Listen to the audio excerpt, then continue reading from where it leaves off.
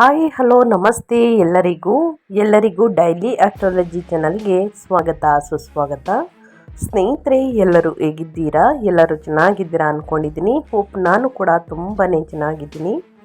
ಎಲ್ಲರೂ ಚೆನ್ನಾಗಿದ್ದೀರಾ ಅಂದ್ಕೊಂಡು ಭಾವಿಸ್ಕೊಂಡು ಇವತ್ತಿನ ಒಂದು ವಿಡಿಯೋನ ಶುರು ಮಾಡಿಬಿಡೋಣ. ಇವತ್ತಿನ ಒಂದು ವಿಡಿಯೋದಲ್ಲಿ ಮೀನರಾಶಿಯವರಿಗೆ ಆಗಸ್ಟ್ 10ರಿಂದ ಅಂದರೆ 2026 ಆಗಸ್ಟ್ 10ರಿಂದ ಇನ್ನೆಲ್ಲ ಬದಲಾವಣೆಗಳು ಕಂಡು ಬರಲಿದೆ, ಯಾವುದರ ಬಗ್ಗೆ ಎಚ್ಚರಿಕೆ ವಹಿಸಬೇಕು ಮೀನರಾಶಿಯ ವ್ಯಕ್ತಿಗಳು ಅನ್ನೋದನ್ನ ಕಂಪ್ಲೀಟ್ ಆಗಿ ಇದೇ ವಿಡಿಯೋದಲ್ಲಿ ತಿಳಿಸ್ಕೊಡ್ತಾ ಹೋಗ್ತೀನಿ. ಇದನ್ನೆಲ್ಲ ಮೀನರಾಶಿಯವರು ತಿಳ್ಕೋಬೇಕು ಅಂದರೆ ಎಲ್ಲೂ ಕೂಡ ವಿಡಿಯೋನ ಸ್ಕಿಪ್ ಮಾಡಬಾರ್ದು. ಅಂದರೆ ವಿಡಿಯೋ ಕಟ್ ಮಾಡಿ ಓಡಿಸ್ಕೊಂಡು ಹೋಗಿ ನೋಡಿದ್ರೆ ಫುಲ್ ಇನ್ಫಾರ್ಮೇಷನ್ ಅರ್ಥ ಆಗಲ್ಲ. ಸೊ ಹಾಗಾಗಿ ಎಲ್ಲ ವಿಡಿಯೋದಲ್ಲೂ ತಿಳಿಸ್ತಾ ಇರ್ತೀನಿ. ಮೊದಲಿಂದ ಕೊನೆ ತನಕ ಸಂಪೂರ್ಣವಾಗಿ ವಿಡಿಯೋವನ್ನು ವಾಚ್ ಮಾಡಿ. ವಿಡಿಯೋದಲ್ಲಿ ಒಳ್ಳೆ ಮಾಹಿತಿ ಸಿಕ್ಕಿದ್ದಲ್ಲಿ, ಈ ವಿಡಿಯೋ ಯೂಸ್ಫುಲ್ ಅನಿಸಿದ್ದಲ್ಲಿ ವಿಡಿಯೋಗೆ ಲೈಕ್ ಮಾಡೋದನ್ನ ಮರ್ತಿದ್ರೆ ಲೈಕ್ ಮಾಡಿ. ಇನ್ನೂ ನನ್ನ ಚಾನಲ್ನ ಸಬ್ಸ್ಕ್ರೈಬ್ ಮಾಡ್ಕೊಳ್ಳೋದನ್ನೇ ನೋಡ್ತಿದ್ರೆ ಡೈಲಿ ಆಸ್ಟ್ರಾಲಜಿಗೆ ಸಬ್ಸ್ಕ್ರೈಬ್ ಆದರೆ ಇದೇ ರೀತಿ ಪ್ರತಿನಿತ್ಯ ನಿಮ್ಮ ರಾಶಿ ಭವಿಷ್ಯವನ್ನು ತಿಳಿಸ್ಕೊಡ್ತಾ ಹೋಗ್ತೀನಿ. ಯಾರೆಲ್ಲ ಸಬ್ಸ್ಕ್ರೈಬ್ ಮಾಡಿಕೊಂಡು ಪ್ರತಿನಿತ್ಯ ವಿಡಿಯೋ ವಾಚ್ ಮಾಡ್ತಿದ್ದೀರಾ ಅಂಥವರಿಗೆ ಥ್ಯಾಂಕ್ ಯು ಸೋ ಮಚ್ ಅಂತ ಹೇಳ್ತಾ ವಿಡಿಯೋದ ಕಡೆ ಗಮನ ಕೊಟ್ಬಿಡೋಣ. ಮೀನರಾಶಿಯವರಿಗೆ ಈ ತಿಂಗಳು ಅದೃಷ್ಟಶಾಲಿಯಾಗಿರಲಿದೆಯಾ? ಯಾವುದರ ಬಗ್ಗೆ ಎಚ್ಚರಿಕೆ ವಹಿಸಬೇಕು? ಮೀನರಾಶಿಯವರ ಮೇಲೆ ಗ್ರಹಗಳ ಪ್ರಭಾವ ಹೇಗಿರಲಿದೆ? ನಿಮ್ಮ ಆರೋಗ್ಯ, ಉದ್ಯೋಗ, ಕುಟುಂಬ, ವ್ಯಾಪಾರದಲ್ಲಿ ಏನೆಲ್ಲ ಬದಲಾವಣೆಗಳು ಆಗಲಿದೆ? ಯಾವುದರ ಬಗ್ಗೆ ಮುನ್ನೆಚ್ಚರಿಕೆಗಳನ್ನು ತೆಗೆದುಕೊಳ್ಬೇಕು ಅನ್ನೋದನ್ನ ಕಂಪ್ಲೀಟಾಗಿ ಇದೇ ವಿಡಿಯೋದಲ್ಲಿ ತಿಳಿಸ್ಕೊಡ್ತಾ ಹೋಗ್ತೀನಿ. ಇದನ್ನೆಲ್ಲ ಮೀನರಾಶಿಯವರು ತಿಳ್ಕೋಬೇಕು ಅಂದರೆ ಎಲ್ಲೂ ಕೂಡ ವಿಡಿಯೋನ ಸ್ಕಿಪ್ ಮಾಡಬಾರ್ದು. ಅಂದರೆ ವಿಡಿಯೋನ ಕಟ್ ಮಾಡಿ ಓಡಿಸ್ಕೊಂಡು ಹೋಗಿ ನೋಡ್ತೀನಿ ಅಂದರೆ ಫುಲ್ ಇನ್ಫಾರ್ಮೇಷನ್ ಅರ್ಥ ಆಗಲ್ಲ. ಸೊ ಹಾಗಾಗಿ ಮೊದಲಿಂದ ಕೊನೆ ತನಕ ಸಂಪೂರ್ಣವಾಗಿ ವಿಡಿಯೋವನ್ನು ವಾಚ್ ಮಾಡಿ. ವಿಡಿಯೋಗೊಂದು ಲೈಕ್ ಕೊಟ್ಟು ಹೆಚ್ಚು ಫ್ಯಾಮಿಲಿಗೆ, ಫ್ರೆಂಡ್ಸ್ಗೆ ಈ ರಾಶಿಯನ್ನು ಯಾರೆಲ್ಲ ಹೊಂದಿದ್ದಾರೆ ನಿಮ್ಮ ಕುಟುಂಬದಲ್ಲಿ, ಸ್ನೇಹಿತರಲ್ಲಿ ಅವ್ರಿಗೆ ವಿಡಿಯೋವನ್ನು ಶೇರ್ ಮಾಡಿ ಅಂತ ಹೇಳ್ತಾ ವಿಡಿಯೋದ ಕಡೆ ಗಮನ ಕೊಟ್ಬಿಡೋಣ.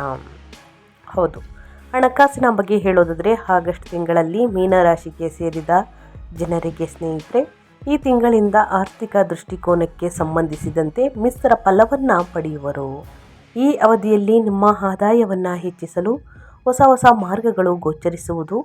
ಆದರೆ 12ನೇ ಮನೆಯಲ್ಲಿ ರಾಹುವಿನ ಚಲನೆ ಅನಾವಶ್ಯಕ ಮತ್ತು ಹಠಾತ್ ಖರ್ಚುಗಳಲ್ಲಿ ಹೆಚ್ಚಳವನ್ನುಂಟು ಮಾಡುವಂತಹ ಸಂಭವವಿದೆ.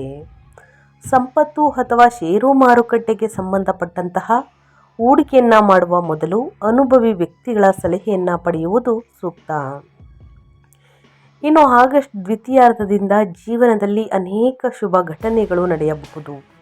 ಈ ಸಂದರ್ಭದಲ್ಲಿ ನಿಮ್ಮ ಆರ್ಥಿಕ ಪರಿಸ್ಥಿತಿ ಸುಧಾರಿಸಲಿದೆ. ಆರ್ಥಿಕ ಮತ್ತು ಆರೋಗ್ಯಕ್ಕೆ ಸಂಬಂಧಿಸಿದ ಸಮಸ್ಯೆಗಳು ಕಡಿಮೆಯಾಗುವುದು. ಕೆಲಸ ಮತ್ತು ಆರ್ಥಿಕ ಉತ್ತಮ ಫಲಗಳನ್ನು ಪಡೆಯಲಿದ್ದೀರಿ ಆರ್ಥಿಕವಾಗಿ.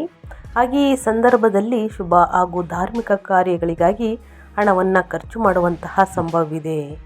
ಒಟ್ಟಾರೆಯಾಗಿ ಹೇಳಬೇಕು ಅಂದರೆ ಹಣಕಾಸಿನಲ್ಲಿ ಸ್ನೇಹಿತರೆ ಮಿಶ್ರ ಫಲಿತಾಂಶವನ್ನು ನೋಡಲಿದ್ದೀರಿ.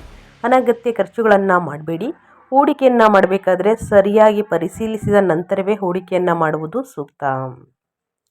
ಇನ್ನು ವೃತ್ತಿ ಜೀವನದ ಬಗ್ಗೆ ಹೇಳೋದಾದರೆ ವೃತ್ತಿ ಮತ್ತು ಕೆಲಸಕ್ಕೆ ಸಂಬಂಧಿಸಿದಂತೆ ಈ ತಿಂಗಳು, ಈ ಅವಧಿಯಲ್ಲಿ ನಿಮಗೆ ನಿಮ್ಮ ಪ್ರತಿಭೆಯನ್ನು ಎಲ್ಲರೂ ಕೂಡ ಎದುರು ವ್ಯಕ್ತಪಡಿಸುವಲ್ಲೂ ಬಹಳಷ್ಟು ಉತ್ತಮವಾದ ಸಮಯವಾಗಿರುವುದು ಈ ತಿಂಗಳು.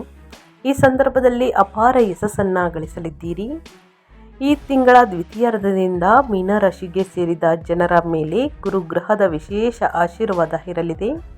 ಹಾಗಾಗಿ ಮೀನರಾಶಿಗೆ ಸೇರಿದ ಜನರ ಸಮಾಜದಲ್ಲಿ ಹೆಚ್ಚಿನ ಗೌರವ, ಖ್ಯಾತಿಯನ್ನು ಗಳಿಸುವರು. ಬುಧ ಮತ್ತು ಶನಿ ಈ ಅವಧಿಯಲ್ಲಿ ಅನುಕೂಲಕರ ಸ್ಥಾನದಲ್ಲಿ ಚಲಿಸುವುದರಿಂದ ನೀವು ನಿಮ್ಮ ಶಬ್ದ ಮತ್ತು ಕೆಲಸಗಳಲ್ಲಿ ಹೆಚ್ಚಿನ ಮಹತ್ವವನ್ನು ಹೊಂದಬಹುದಾಗಿದೆ. ಈ ಅವಧಿಯಲ್ಲಿ ಮೀನರಾಶಿಗೆ ಸೇರಿದ ಜನರ ಸಲಹೆ, ವಿಚಾರಗಳು ವೃತ್ತಿ ಹಾಗೂ ಕೆಲಸ ಮತ್ತು ವ್ಯವಹಾರಕ್ಕೆ ಸಂಬಂಧಿಸಿದಂತೆ ಉತ್ತಮ ಲಾಭವನ್ನುಂಟು ಮಾಡುವಂತಹ ಸಂಭವವಿದೆ. ಈ ಸಂದರ್ಭದಲ್ಲಿ ವೃತ್ತಿ ಹಾಗೂ ಕೆಲಸದಲ್ಲಿ ನೀವು ಸಂಬಂಧಿಕರು ಮತ್ತು ಸ್ನೇಹಿತರ ನಡುವೆ ನೀವು ಜನಪ್ರಿಯತೆಯನ್ನು ಗಳಿಸುವಂತಹ ಸಂಭವ ಇರುವುದು. ಈ ತಿಂಗಳಿಂದ ಅಕ್ಟೋಬರ್ವರೆಗಿನ ನಡುವಿನ ಈ ಅವಧಿಯು ವೃತ್ತಿ ಜೀವನಕ್ಕೆ ಸಂಬಂಧಿಸಿದಂತೆ ಸಕಾರಾತ್ಮಕ ಬದಲಾವಣೆಗಳನ್ನುಂಟು ಮಾಡುವಂತಹ ಸಂಭವವಿದೆ ಅಂತಲೇ ಹೇಳಬಹುದು. ಗುರುವಿನ ದೃಷ್ಟಿಯು ನಿಮ್ಮ ಲಾಭದ ಮನೆಯಲ್ಲಿರುವ ಕಾರಣ ಕೆಲಸದ ಸ್ಥಳದಲ್ಲಿ ಉನ್ನತ ಪದವಿ ಮತ್ತು ಗೌರವಕ್ಕೆ ಪಾತ್ರರಾಗುವಿರಿ. ರಾಹು ನಿಮ್ಮ ಜಾತಕದ 12ನೇ ಮನೆಯಲ್ಲಿ ಚಲಿಸುವ ಕಾರಣ ವಿದೇಶಕ್ಕೆ ಪ್ರಯಾಣಿಸುವಂತಹ ವಿದೇಶಿ ಯೋಜನೆಗಳಿಗೆ ಸಂಬಂಧಿಸಿದಂತೆ ಉತ್ತಮ ಅವಕಾಶಗಳನ್ನು ಪಡೆಯುವಂತಹ ಸಾಧ್ಯತೆಗಳಿವೆ. ವ್ಯಾಪಾರ ವ್ಯವಹಾರಕ್ಕೆ ಸಂಬಂಧಿಸಿದಂತೆ ಈ ವರ್ಷದ ಮಧ್ಯದಲ್ಲಿ ಕೆಲಸದಲ್ಲಿ ಸ್ನೇಹಿತರೆ ಒತ್ತಡ ಹೆಚ್ಚಾಗಿದೆ. ಇದರಿಂದಾಗಿ ಮಾನಸಿಕ ಒತ್ತಡಕ್ಕೆ ಒಳಗಾಗುವಂತಹ ಸಂಭವವಿದೆ ಅಂತಲೇ ಹೇಳ್ಬೋದು. ಇನ್ನು ಅದೇ ರೀತಿ ನಿಮ್ಮ ಹೆಲ್ತ್ ಬಗ್ಗೆ ಹೇಳೋದಾದರೆ ಆಗಸ್ಟ್ 10ರಿಂದ ಶನಿ ಶಾಡೆ ಸಾತಿಯಾದಂತಹ ಪ್ರಭಾವದಿಂದಾಗಿ ಮೀನರಾಶಿಗೆ ಸೇರಿದ ಜನರು ಶಾರೀರಿಕವಾಗಿ ಸುಸ್ತು ಮತ್ತು ಕಾಲುಗಳಲ್ಲಿ ನೋವನ್ನು ಎದುರಿಸಬೇಕಾಗಿ ಬರಬಹುದು. ಶನಿ ಹಿಮ್ಮುಖ ಸಂಚಾರವನ್ನು ಮಾಡುತ್ತಿದೆ ಜುಲೈ 27ರಿಂದ ಡಿಸೆಂಬರ್ 11ರವರೆಗೆ. ಇದರ ಪ್ರಭಾವ ಕೂಡ ನಿಮ್ಮ ಮೇಲೆ ಬೀರಲಿದೆ. ನಿಮ್ಮ ಆರೋಗ್ಯದ ಬಗ್ಗೆ ಗಮನ ಕೊಡಬೇಕಾಗುತ್ತದೆ. ಹಾಗೆ ಮೀನರಾಶಿಗೆ ಸೇರಿದ ಜನರಿಗೆ ಈ ಸಂದರ್ಭದಲ್ಲಿ ಕೆಲಸದಲ್ಲಿ ಒತ್ತಡ ಮತ್ತು ಭವಿಷ್ಯಕ್ಕೆ ಸಂಬಂಧಿಸಿದಂತೆ ಚಿಂತೆ ಎದುರಾಗುವುದರಿಂದ ಇದು ನಿಮ್ಮ ನಿದ್ರಾಹೀನತೆ ಅಥವಾ ಮಾನಸಿಕ ಒತ್ತಡಕ್ಕೆ ಕಾರಣವಾಗಬಹುದು. ಹಾಗಾಗಿ ಈ ಅವಧಿಯಲ್ಲಿ ಯೋಗ ಧ್ಯಾನವನ್ನು ಅಭ್ಯಾಸ ಮಾಡುವುದರಿಂದ ಹೆಚ್ಚಿನ ಪ್ರಯೋಜನಗಳನ್ನು ಪಡೆಯುವುದು. ಇನ್ನು ಯಾವುದೇ ದೀರ್ಘಕಾಲದ ಆರೋಗ್ಯ ಸಮಸ್ಯೆ ಇದ್ದಲ್ಲಿ ತಕ್ಷಣ ವೈದ್ಯರನ್ನು ಭೇಟಿಯಾಗಿ ವೈದ್ಯರು ಕೊಡುವಂತಹ ಸಲಹೆಗಳನ್ನು ಅಚ್ಚುಕಟ್ಟಾಗಿ ಫಾಲೋ ಮಾಡಿ ಸ್ನೇಹಿತರೆ.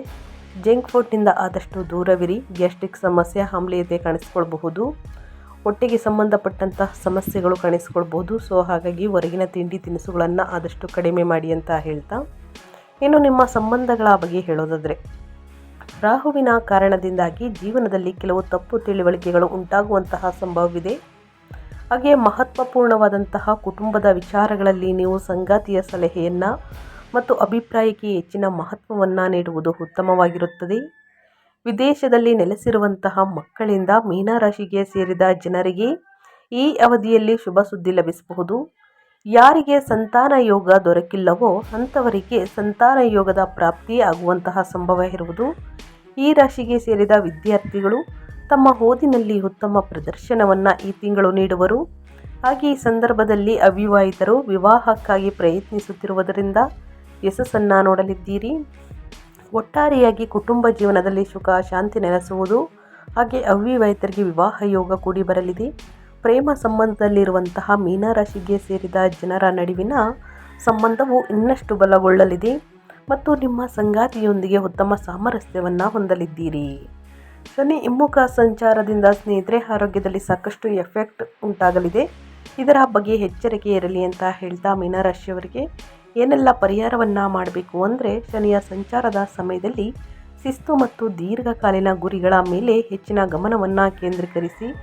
ಗುರುವಿನ ಸಂಚಾರದ ಸಮಯವನ್ನು ನಿಮ್ಮ ಜ್ಞಾನ, ಕೌಶಲ್ಯ ಮತ್ತು ಆಧ್ಯಾತ್ಮಿಕ ಅಭ್ಯಾಸಗಳನ್ನು ವಿಸ್ತರಿಸಲು ಬಳಸಿ. ಪ್ರತಿದಿನ ಯೋಗ ಧ್ಯಾನವನ್ನು ಮಾಡಿ ಸ್ನೇಹಿತರೆ. ಅರಿಶಿಣ, ಕಡಲೆಬೇಳೆ ಅಥವಾ ಹಳದಿ ಬಟ್ಟೆಗಳಂತಹ ಹಳದಿ ವಸ್ತುಗಳನ್ನು ಗುರುವಾರದ ದಿನ ದಾನ ಮಾಡಿ. ಆಧ್ಯಾತ್ಮಿಕ ಬೆಳವಣಿಗೆಗಾಗಿ ಗುರು ಬೀಜ ಮಂತ್ರವನ್ನು ಪಠಿಸಿ, ವಿಷ್ಣುವನ್ನು ಪೂಜಿಸಿ, ದೇವಾಲಯಗಳಿಗೆ ಭೇಟಿ ನೀಡುವುದು ನಿಮ್ಮ ವೃತ್ತಿ ಜೀವನ ಮತ್ತು ವೈಯಕ್ತಿಕ ಜೀವನದಲ್ಲಿ ಅದೃಷ್ಟವನ್ನು ತರುತ್ತದೆ. ನೀವು ಯಾವುದೇ ಅಡಚಣೆಗಳನ್ನು ಹೊಂದಿದ್ದರೆ ನಿಮ್ಮ ಹತ್ತಿರದ ದೇವಾಲಯಗಳಿಗೆ ಭೇಟಿ ನೀಡಿ. ಸ್ನೇಹಿತರೆ, ಅಗತ್ಯವಿರುವವರಿಗೆ ನಿಮ್ಮ ಕೈಯಲ್ಲಾದಷ್ಟು ಸಹಾಯವನ್ನು ಮಾಡಿ, ಅಂದರೆ ದಾನವನ್ನು ಮಾಡಿ. ಅದೃಷ್ಟವನ್ನು ತರುತ್ತದೆ ಮತ್ತು ದೀರ್ಘಾವಧಿಯಲ್ಲಿ ನಿಮ್ಮನ್ನು ತೊಂದರೆಗಳಿಂದ ದೂರವಿರಿಸುತ್ತದೆ. ವಸ್ತುಗಳನ್ನು, ಸಣ್ಣ ಪುಟ್ಟ ವಸ್ತುಗಳು, ಆಹಾರವನ್ನು ದಾನ ಮಾಡುವುದರಿಂದ ಯಾವಾಗಲೂ ನೆನಪಿನಲ್ಲಿಡಿ. ಅಗತ್ಯವಿರುವ ಜನರಿಗೆ ಆಹಾರ ಪದಾರ್ಥ, ಬಟ್ಟೆಗಳನ್ನು ದಾನ ಮಾಡುವುದರಿಂದ ಸಾಕಷ್ಟು ಸಮಸ್ಯೆಗಳು ನಿಮ್ಮ ಜೀವನದಲ್ಲಿ ಏನೇ ಇದ್ದರೂ ಕೂಡ ಸಂಪೂರ್ಣವಾಗಿ ನಿವಾರಣೆಯಾಗಲಿದೆ. ಸೊ ಹಾಗಾಗಿ ತಪ್ಪದೆ ಈ ಸಣ್ಣ ಪುಟ್ಟ ಪರಿಹಾರವನ್ನು ಮಾಡಿ ಅಂತ ಹೇಳ್ತಾ ವಿಡಿಯೋವನ್ನು ಎಂಡ್ ಮಾಡ್ತಾ ಇದ್ದೀನಿ. ಇವತ್ತಿನ ಒಂದು ವಿಡಿಯೋದಲ್ಲಿ ಮೀನರಾಶಿಯವರಿಗೆ ಸಂಪೂರ್ಣ ಮಾಹಿತಿ ಸಿಕ್ಕಿದ್ದಲ್ಲಿ, ಈ ವಿಡಿಯೋ ಯೂಸ್ಫುಲ್ ಅನಿಸಿದ್ದಲ್ಲಿ ವಿಡಿಯೋಗೆ ಲೈಕ್, ಕಮೆಂಟ್, ಶೇರ್ ಮಾಡಿ. ನಿಮ್ಮ ಅಭಿಪ್ರಾಯವನ್ನು ಕಮೆಂಟ್ ಬಾಕ್ಸಲ್ಲಿ ತಿಳಿಸಿ. ಯಾರೆಲ್ಲ ಸಬ್ಸ್ಕ್ರೈಬ್ ಮಾಡ್ಕೊಂಡಿದ್ದೀರಾ ಅವರಿಗೆ ಥ್ಯಾಂಕ್ ಯು ಸೋ ಮಚ್ ಅಂತ ಹೇಳ್ತಾ ಮತ್ತೊಂದು ವಿಡಿಯೋದಲ್ಲಿ ಸಿಗ್ತೀನಿ. Thank you for watching.